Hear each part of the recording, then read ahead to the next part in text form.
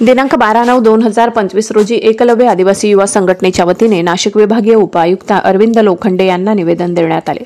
निवेदनात म्हटले की असंवैधानिकपणे शासनावर दबाव आणून अनुसूचित जमातीचा लाभ मिळण्याची अर्थात अनुसूचित जमातीमध्ये बंजारा समाज समाविष्ट करण्याची मागणी नाकारण्याबाबत सध्या महाराष्ट्र राज्यात मनोज जरांगे पाटील यांच्या आंदोलनाच्या परिणामी शासनाने हैदराबाद गॅझेटचा दाखला देऊन मराठा समाजाला कुणबी मराठा म्हणून आरक्षणाचा शासन निर्णय घेतलाय। या पार्श्वभूमीवर बंजारा समाज देखील हैदराबाद गॅझेटच्या नावाखाली अनुसूचित जमातीमध्ये समाविष्ट व्हावे अशी मागणी करीत असल्याचे विविध इलेक्ट्रॉनिक माध्यमे, सोशल मीडिया तसेच वृत्तपत्रातून सातत्याने प्रसिद्ध होत आहे। या गोष्टींमुळे आदिवासी समाजामध्ये तीव्र असंतोष व नाराजी व्यक्त होत असून मोठ्या प्रमाणात अस्वस्थता निर्माण झाली आहे।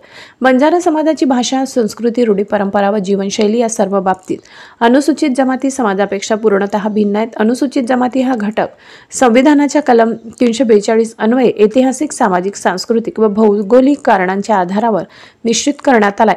त्या यादीत एखाद्या समाजाचा समावेश अथवा वगळणे हे केवळ संसदेलाच अधिकार असून कोणत्याही राज्य शासनाने किंवा इतर संस्थांनी दबाव आणून त्यामध्ये बदल करण्याचा प्रयत्न करणे हे पूर्णतः असंवैधानिक व अन्यायकारक आहे।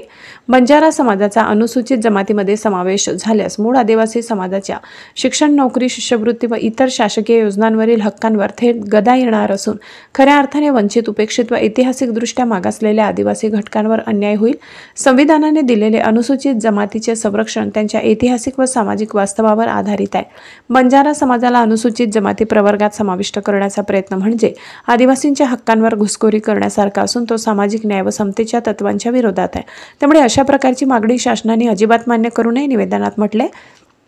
यावेळी संघटनेचे महाराष्ट्र प्रदेश प्रवक्ता ॲडव्होकेट गणपत पाडवी, नंदुरबार जिल्हा उपाध्यक्ष उमेश वसावे आदी उपस्थित होते। लोकशाही हक्क न्यूज चॅनलसाठी पुलायन जाधव, मसावत।